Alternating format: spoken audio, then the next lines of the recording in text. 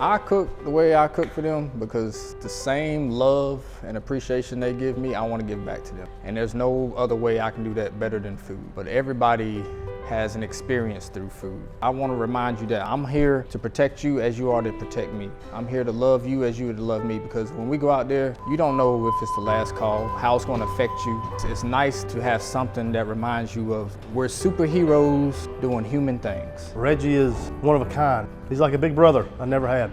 You can't make another Reggie. Charlotte native, mostly grew up around here in the community that I serve, university area. Went to school here, West Charlotte, alumni. Dub C. Also graduated from UNCC.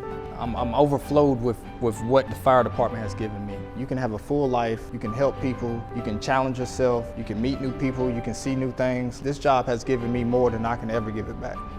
It has inspired me to be everything that I want to be and even more.